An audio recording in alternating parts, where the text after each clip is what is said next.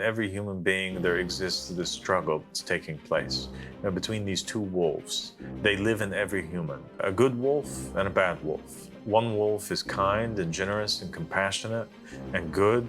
The other wolf is evil and vicious and envious and has all of the bad traits. The grandson looks at the grandfather and he asks him, okay, grandfather, well, which one of these two wolves wins in the end? And then the grandfather kind of smiles and looks at his grandson and says, whichever wolf you feed.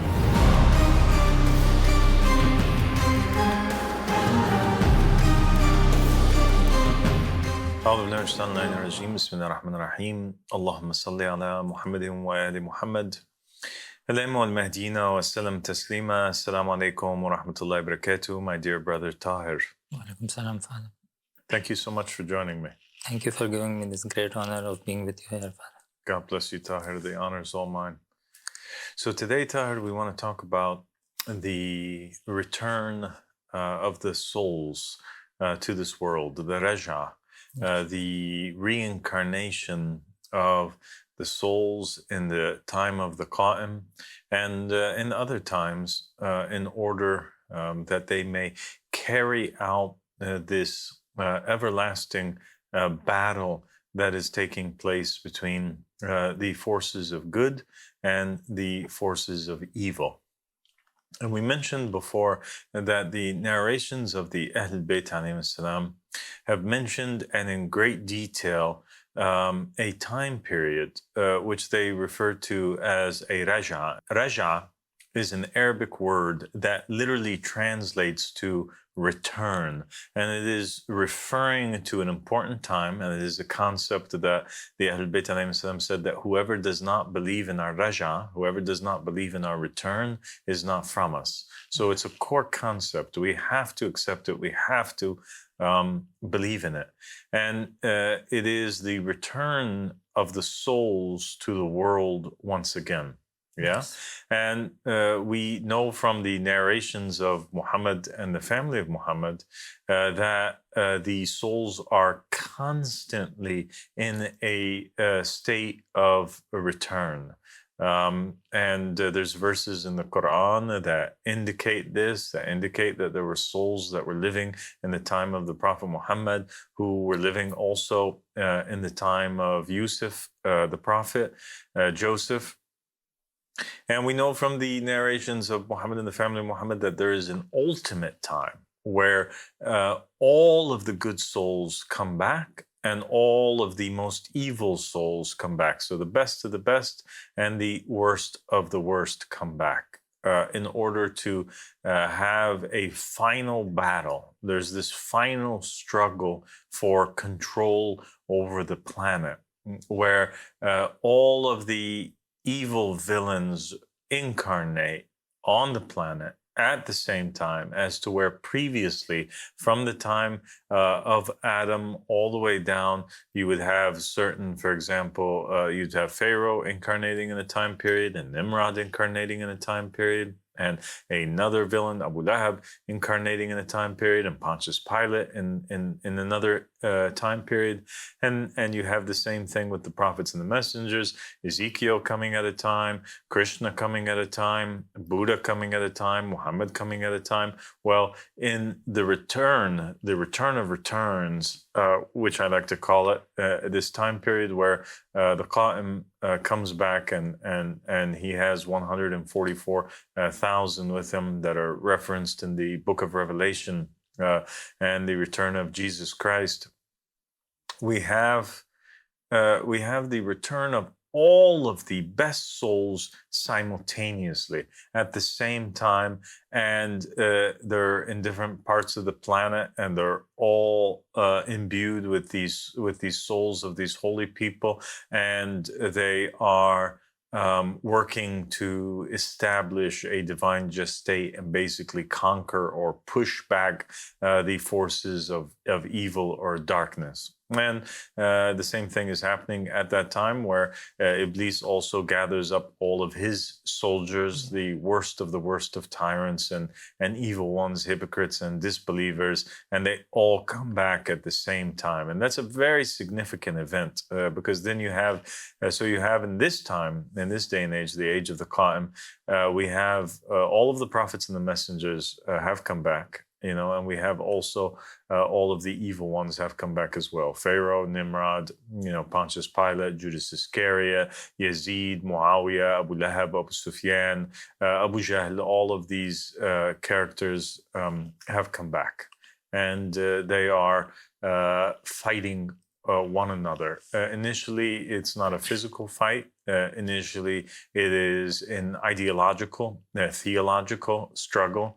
Which takes place, whereby Iblis's soldiers are all ruling the earth in positions of power, or propagating the ideology which is the anti-Christ, the anti-Mahdi, the anti-Muhammad, the anti-God theology and religion, which is really the supremacy of man and selfishness, and we have the idea that we can do whatever it is that we want to do, and that we can choose, in fact, the leader, and our choice is better than the choice of God. And that is exactly Iblis's religion, because Iblis fell out of paradise because he rejected the person who was appointed by Allah subhanahu wa ta'ala and thought that he knew better.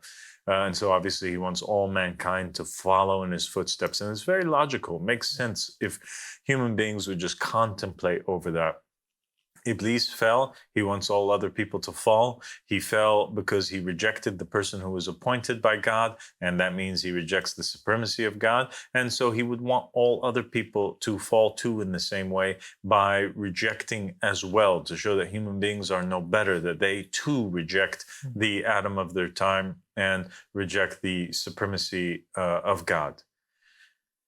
And you have all of the righteous people, and they are, in the very beginning, propagating the ideology of and the belief system and the religion of Allah subhanahu wa ta'ala, and the religion of Imam al-Mahdi, the religion of the Qa'im, which is the supremacy of God, that only God can choose the leader. Mankind has no right to do so. Okay? So now we know that on the planet, in this time, it's going to be filled with the worst of the worst and the best of the best. And this is actually a time period that will never be repeated again in history. So from the time of Adam up until now, you had prophets that had returned in other prophets' time periods. So you had the return of Elijah in the time period of Jesus as John the Baptist. You had the return of Jonah in the time period of Imam Sadiq in the persona of one of his companions, or the return of Gabriel in the form of Abil Khattab in the time period of Imam Sadiq alayhi salam. You had that going on, but you did not have that they incarnated into human bodies, all of them together, all prophets and messengers at the same time, except for in this day and age, because this is the ultimate battle. This is the time period where God promises that Iblis will be killed. This is the time period whereby in the Quran, when Iblis says, "Grant me respite until the appointed time," that is that appointed time, the day of the rise, the Yawm al-Qiyamah, the day of the Qiyam of the Qa'im, the day of the rise of the Qa'im, in which Iblis is finally defeated and destroyed. And it is a time period where they all come back at the same time, as kind of a karmic effect, whereby all of those righteous souls, martyrs, prophets, and messengers are able, under the banner of the Qa'im, to exact revenge, take their revenge from all those tyrants that had killed them before, or oppressed them before, and it's their chance also to rule and see that promise of God come into effect and establish the Sharia and fulfill the verse of the Quran. Bismillah ar-Rahman ar-Rahim. وَنُرِيدُ أَن نَمُنَّ عَلَى الَّذِينَ اسْتُضْعِفُوا فِي الْأَرْضِ وَنَجْعَلَهُمْ أَئِمَّةً وَنَجْعَلَهُمْ الْوَارِثِينَ. And we want to bestow our blessings upon those who were oppressed in the land and to make them imams and to make them the inheritors. The inheritors are Muhammad and the family of Muhammad in the first degree, and then all of the prophets and the messengers and the righteous ones. And so now, what do we have? We have in this time, these souls are descending upon the earth, good and bad.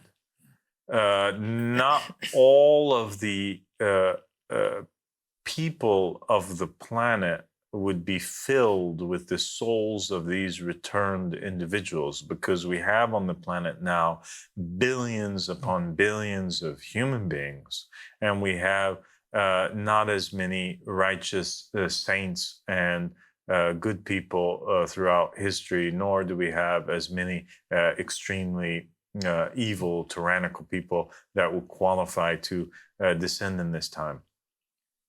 And so there is this mechanism whereby the souls that are good and that are bad come back into this world. All souls that have passed away and have a chance to return to the dunya, Tahir, they get a choice of vessels to enter into. Everybody that enters here, they choose the body that they come into.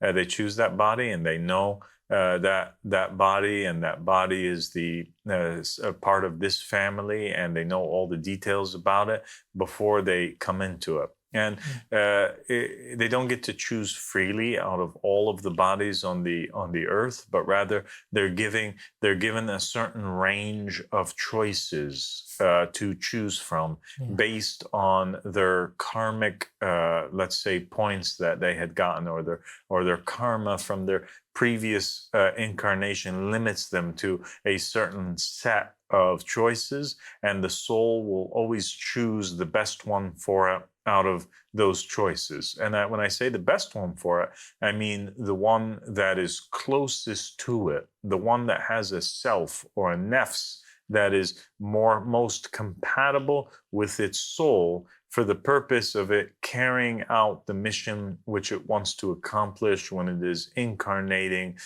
in that particular incarnation. Does that make sense? Yeah. Okay. So you would have, for example, if you had an evil entity or an evil soul, and that evil soul wanted to further clarify for our viewers, if that evil soul wanted to come down and, for example, fornicate, so it lusts after fornication, and it was involved in that in previous incarnations, and it wishes to experience that again, for sure, it's not going to choose to incarnate into the body of a nun or in the body of somebody who is abstinent or has a good nature or a chaste nature, but rather they would choose a body that has been born, that has the potential to be involved because of its life plot and story in that type of activity. Yeah. So we have then, and it's very important for our viewers to understand the complexities regarding the body and the self and the soul and the differences between them. You see, our bodies here, ourselves, our eyes, when we say me, what is it that we are referring to? When a person says me or I, he's usually describing the collective union of three parts, and that is the body of the human being, and the body, it lives for a while, it's born and it ends up dying and going into the ground. And so that can't be the true identity of our own selves, right? And then you have the self of the human being, and the self of the human being, when we say self, the nafs, the ana, the ego, the I. What human beings are actually referring to is this false identity, this fake identity that is created. It is a cluster of emotions that exists in the chest region, and it is based on the feedback that we have gotten throughout our lives from the various stimuli, those human beings, those experiences, those programs, those interactions that affected us throughout our life and led us to create an illusionary character within our heads and within our hearts that does not really exist, but is who we think that we are. So just like a child will watch a cartoon or a movie, for example, of the Ninja Turtles, or a movie of Power Rangers, or whatever else that they're into. And adults also can watch these comedy movies, or these kind of, or wrestling, or whatever else it is that's affecting their psyche. And you'll find that these human beings, just like much like monkeys or parrots, they will begin to imitate some of the lines from the movies, or gain the sense of humor that they liked from the movie. They adapt these certain qualities, or these traits, or this humor, or these aspects of the personality from the outside that wasn't a part of them, and they stick it to themselves. It leaves an imprint on the self, and the self becomes the collective result of these emotions that the human being experienced as he watched this movie, and as he had a fight with this friend, and as he liked this girl, and she told him that he was ugly, or she told him that he was funny and handsome, and therefore it gains more confidence or less confidence. This human being that has been born with enough wealth to be involved in these high societies, or his tongue becomes accustomed to certain types of tastes, food or drink, etc. All of the emotions that are built and clustered together and have an imprint on them from the experiences of the ears and the eyes and the nostrils and the mouth and the hands, becomes the self of the human being, or in short, how the human being views that he is, or the illusionary self that he thinks that he is, this avatar character. Like if we use the allegory of a video game, so to speak, imagine you're playing a video game right now. The body would be the body of that character that you're playing. Yeah. The ego would be the personality of that character. How in some of the cut scenes you'll find that the characters kind of like talking and interacting, and the storylines playing out. The self is that personality that is speaking and acting and all of that. And then so we're made of the body, and we're made of this cluster of emotions, which is the self, or the ana, or the I, or the ego.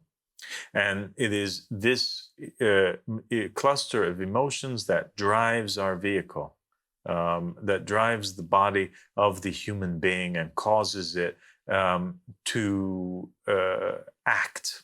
And I'll prove that to you and explain it to you so you understand. We have when those emotions, for example, when the body becomes hungry, those emotions will act because it doesn't like the feeling that it's experiencing, right? Because it's a cluster of feelings or emotions. It doesn't like that feeling of hunger, and so therefore it will motivate the body to go out and look for food, for example. And it is fed through the senses.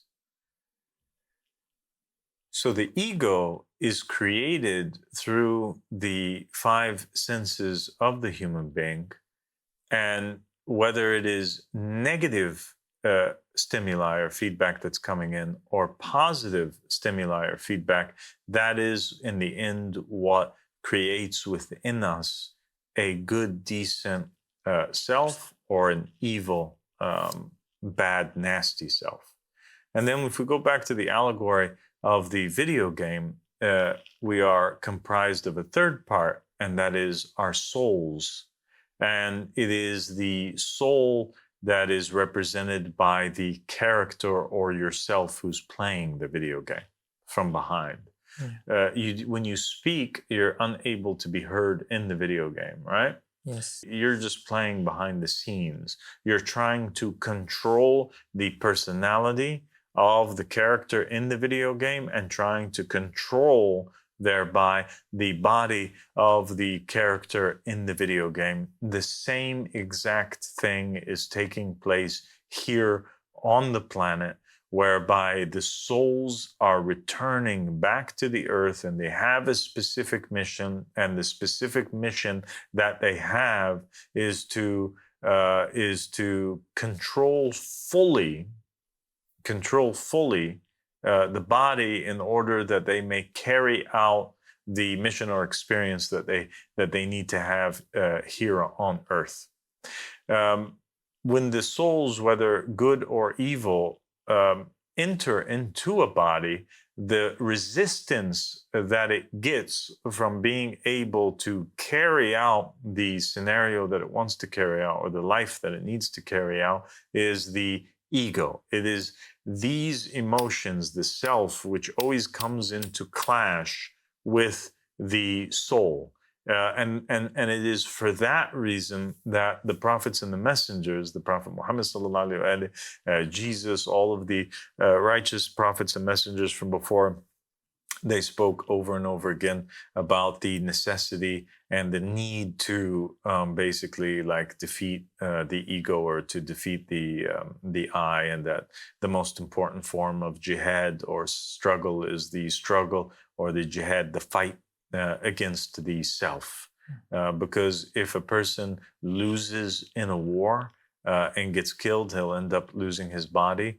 But if a person loses in the battle against the self, and the self manages to forbid the soul from carrying out those acts and deeds and scenarios and missions that it was sent here to do, then a person can end up losing his soul. And if you lose your soul, there's no coming back from that. And so a loss of life in a physical jihad, a battle where your body dies, is one that a person can afford, but a jihad that of the self in which you lose is not one that you can afford. So in other words, these souls are not from this world. They're coming down unto this world. They seek to possess bodies like avatars in a virtual reality game or in a video game that a person is playing, and they have the mission to totally control the body in order that they may accomplish that which they were sent to do. And so the evil souls will basically choose bodies that have already evil selves, that are engaged in evil activities, that like that their self leans towards evil already. So then when it becomes possessed by an evil soul, or that evil soul incarnates into it, they are compatible with one another, and the resistance is minimal on behalf of the evil self. And the same thing is true when we speak about the good side, that the good soul will choose inevitably out of its karmic choices, that it has the self that leans most towards goodness, and that is most submissive and humble, and that is most compatible with the personality of that soul which is coming upon it, so that it has minimal resistance and has the optimal chance of survival and being able to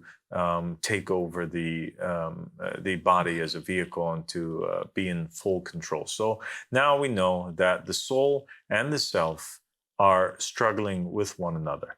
The person's true identity is the soul, It's not the body, because the body dies and goes away. And these emotions, which is the self that is attached to the body, also when the body dies, these are emotions that also just dissipate and go away. They don't live on forever. It's a false identity.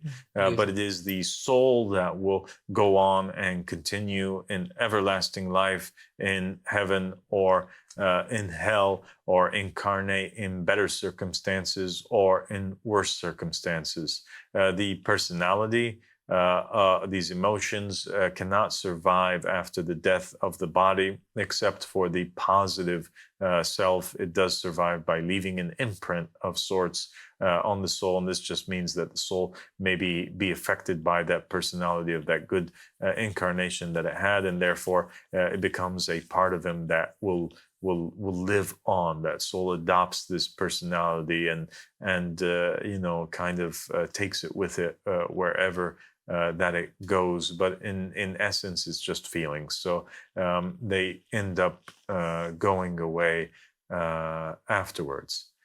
And so the body, the individual, is comprised of those three components, and the self is broken down into two parts. There's a good self and a bad self. Every human being that exists, he has two sides to him, does he not? He has good things about him, and he has bad things. He has a good side and he has a bad side. He has a good self and he has a bad self. And this is what was mentioned in the Quran, in the verse where it says that fear God that created you from one self and its pair, one self and its spouse, one self and its partner. And he brought forward from you many men and women. And so this verse is often confused and thought to mean that we are human beings, mankind is created from one self and its pair, meaning Adam and Eve. But in reality, the verse is talking about the self, and that what it's talking about is from that initial good self, that cluster of emotions that all mankind are created from these emotions, and those are the good emotions and the bad emotions, from this self, which is the good self, and its partner, which is the bad self. But if we pay closer attention to the verse, actually, it doesn't say all mankind. It says, and brought forth from them many men and women. So that means that not all men and women have within them this cluster of emotions or this self, but rather many of them do. And that's an interesting thing to point out, which we're going to get to here in a minute. But to go back to this concept of there being a good self and a bad self, or this good side and the bad side in every individual, we have this ancient Native American story that is actually not a Native American story, but it was actually attributed to the Native Americans in the writings of some of the Christians that had first immigrated to the United States back in the day. And it is actually an old saying of a prophet, and it was a Christian saying. It was one of the sayings of Jesus that ended up over time being a little bit distorted and attributed to the Native Americans, but nonetheless it's a beautiful story, and they featured it in a movie, in this scene where you have this Native American grandfather, and he's sitting around the fire with his Native American son. And he's telling him a story, and he's telling him that, son, my grandson, in every human being, there exists this struggle that's taking place between these two wolves. They live in every human, a good wolf and a bad wolf, a white wolf and a black wolf. And every single day when the person wakes up to the time that the person sleeps at night, these two wolves are struggling against each other. He says that one wolf is kind and generous and compassionate and good. The other wolf is evil and vicious and envious and greedy and has all of the bad traits. And the grandson looks at the grandfather and he asks him, "Okay, grandfather, well, which one of these two wolves wins in the end?" And then the grandfather kind of smiles and looks at his grandson and says, "Whoever it is that, whichever wolf you feed, whichever of them you feed." And what the grandfather was trying to say is that every human being has these two selves inside of them, the good and the bad, and based on the stimuli, what it is that we feed these selves with, one of those two sides will become more powerful, either our good side or our bad side.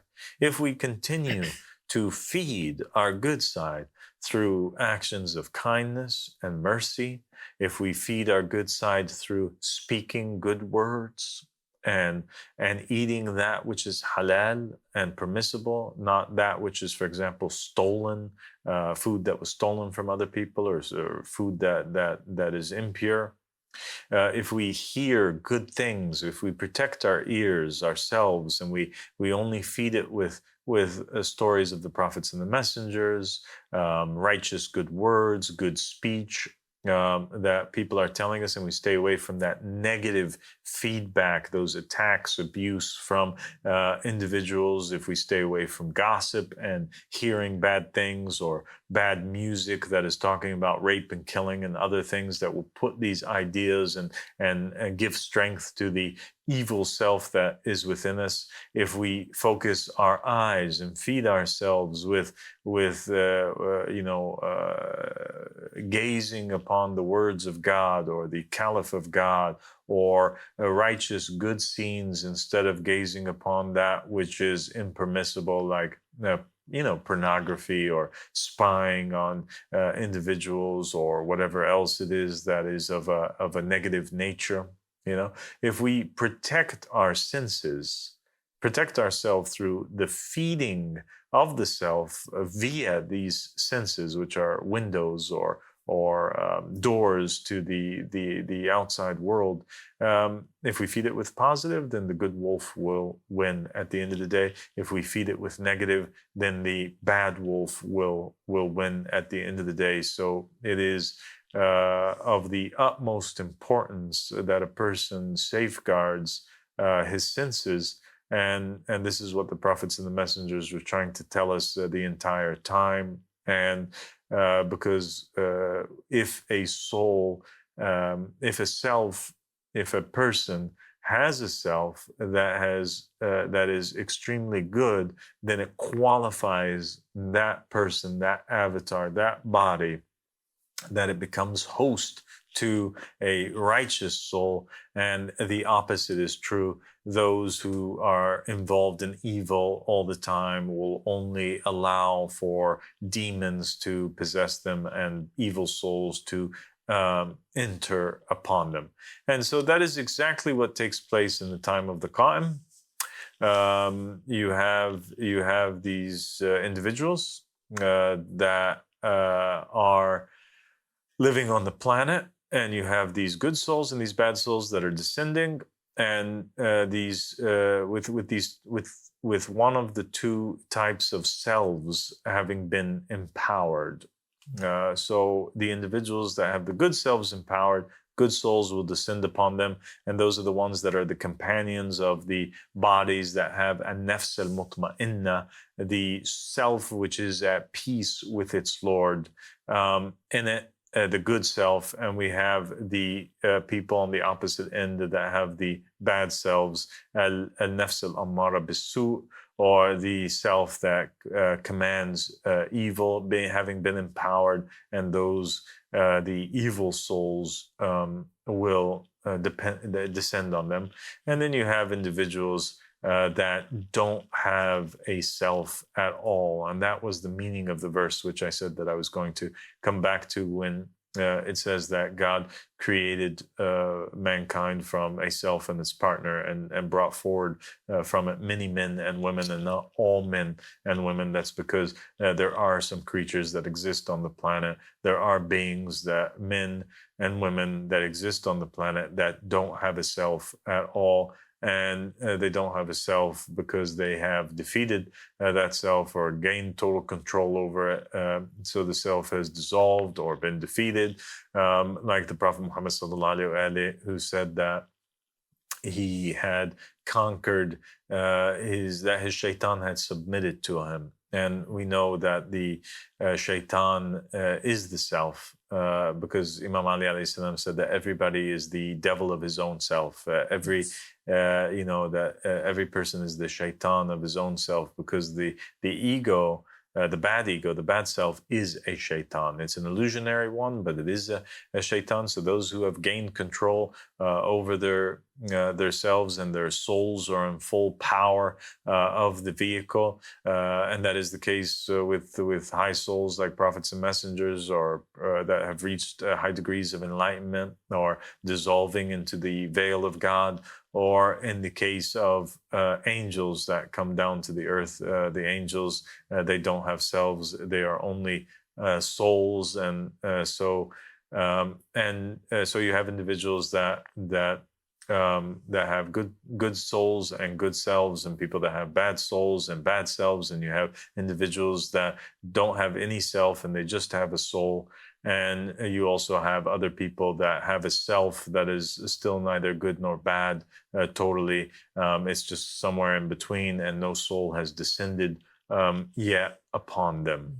And so that is, in short, in regards to the Raja, the return of the prophets and the messengers in this day and age, how it works, that they descend upon the various, vehicles that exist on the planet today in order to carry out and accomplish their mission. And before I go, though, I want to give a couple of examples of individuals that have reincarnated in this day and age into bodies that fulfill the similar mission which they seek to accomplish, in order to further clarify for our viewers how this whole thing operates. And so you have, was Imam Mahdi alayhi salam had revealed the incarnations of some of the particular people that are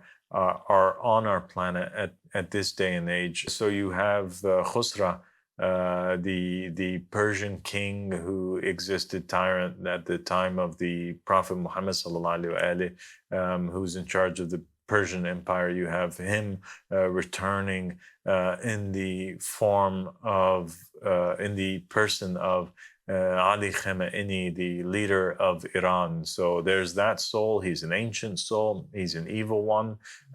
He returned today in the body of the Grand Ayatollah and Supreme Leader of Iran. So he's attached to that land. He wants to rule. His obsession is ruling. He oppressed his own people back in the day, and he wants to oppress his people in this day and age as well. So he found that self and that body, that avatar, which had the most potential to carry out his ambitions, was Ali Khamenei, and so he entered into him, and that is the incarnation or the return of Khusran this time.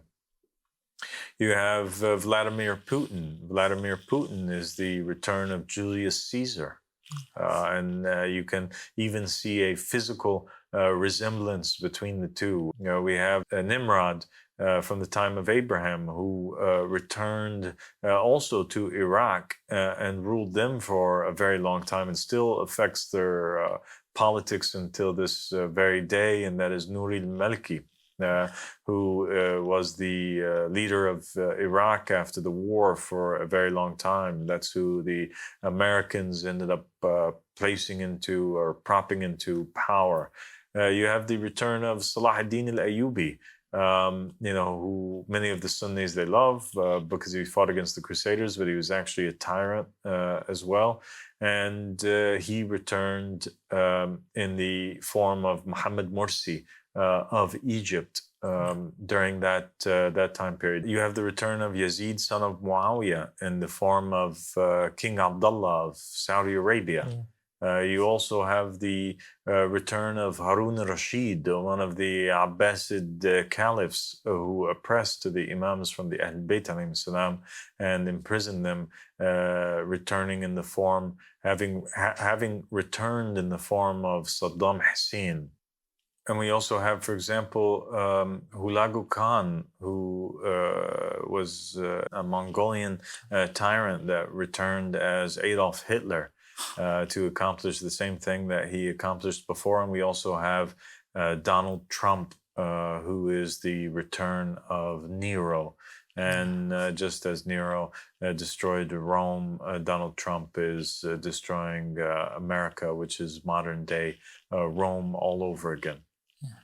So we have all of those. You have on the opposite end the prophets and the messengers also returning, but not in positions of power, but positions of oppressed people alongside the Qa'im. You have the Qa'im having 12 true brothers in this time. For example, he has many companions. All of the prophets and the messengers, they return with him. But he has, for example, from his brothers is Joshua, son of Nun, from his 12.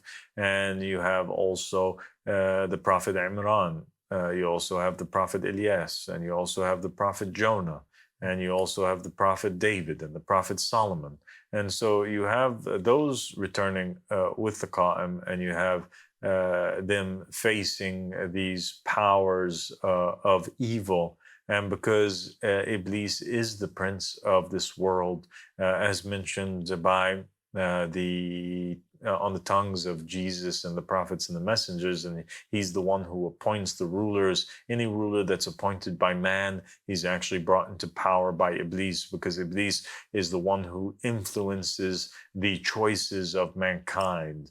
And so any choice that's not God's choice of a leader would ultimately be the choice of Satan, because it's the opposite to the choice of God. And so once again, the choices of the people brought into power Nimrod, and they brought into power Yazid, and they brought into power Harun al-Rashid, and they brought into power, all of these evil individuals, Khusra, and all of these people, and Julius Caesar. And at the same time, they rejected and oppressed, and you find walking in the streets unknown to the people, the prophets David and Solomon and Lot and Joseph and Krishna and Buddha and all of the righteous returned. And inshallah, we'll do a very special episode very soon, in whereby we will reveal to the people a great number of the returned tyrants and kings in this day and age, and perhaps also some of the righteous souls as well. So we ask Allah subhanahu wa ta'ala that this conversation that we had was fruitful, and that it was easy to understand for our listeners, and that they are able to understand the differences between the components of our identities, and that they have success in utilizing this time and age that we are in to make best of themselves and their bodies prepared and submissive enough that a righteous soul from God will descend upon them, and that they be used in this day and age to give victory to God's promised chosen caliph or vicegerent. I used to think about like what we are in as a whole. So you explained it very easily and clearly, that we have a body and a self, which is an illusion basically, and it's affected by the surroundings, and we have the soul. So it's pretty much simple and easy to understand. Yeah. And for all those who are wondering of an example of somebody who has a good soul who's returned in this day and age, then I tell my viewers to look no further than Tahir Abbas, who has one of the purest selves and one of the purest souls in this day and age. And I say that, and I say not one word ever that is not true, because any word of praise, Ahmed Hassan says, that is said without being meant is hypocrisy, and I don't have a single bone in my body that embraces hypocrisy. And so God bless you, and thank you so much, Tahir. You have a name that matches a self that is in you, and your name means pure, and alhamdulillah Rabbil Alameen, you have a pure soul and a pure self, and that makes your body pure as well. May Allah subhanahu wa ta'ala protect you and safeguard you for this da'wah, and for Imam al-Mahdi alayhi salam, and for Ahmed Hassan the Yamani, and for the Qa'im of the family of Muhammad, and for all of his religion, and make you play a vital role in all of this, as you have already done so much. Thank you so much, and God bless you. I love you.